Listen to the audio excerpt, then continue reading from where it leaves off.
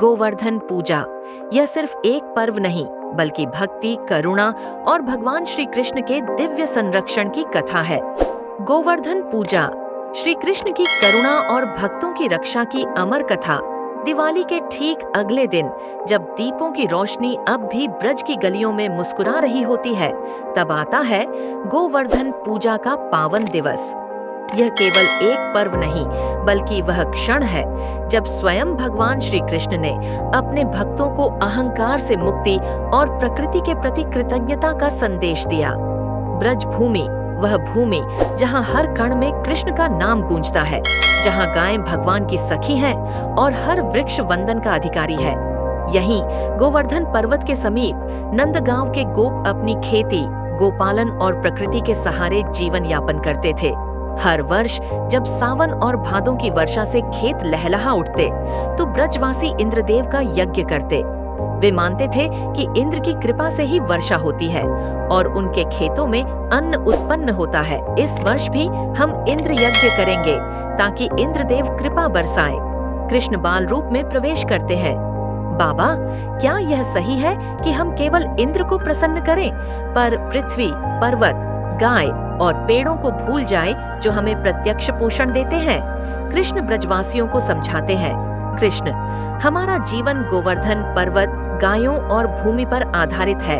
इंद्र नहीं, यह गोवर्धन हमें घास, जल और शरण देता है।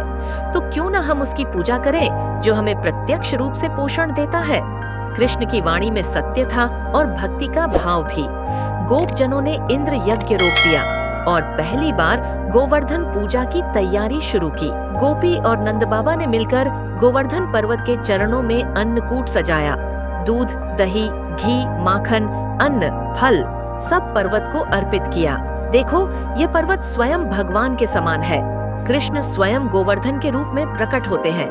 मैं हूँ गोवर्धन, तुम सबका रक्षक, तुम्हारे प्रेम से मैं संतुष्ट हूँ। उस दिन ब्रज में पहली बार पर्वत पूजा हुई और जन्म हुआ गोवर्धन पर्व का।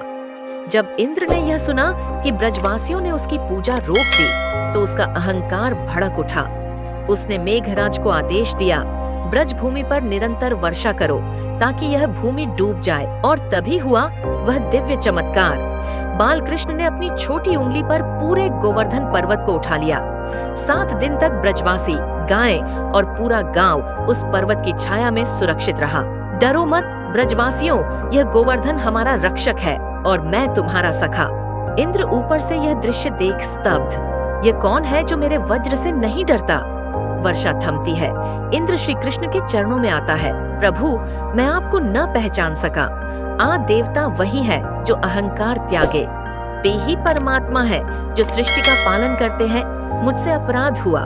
कृष्ण, प्रकृति, पर्वत और जीव सभी ईश्वर के अंश हैं। जो इनका सम्मान करता है वही सच्चा भक्त है।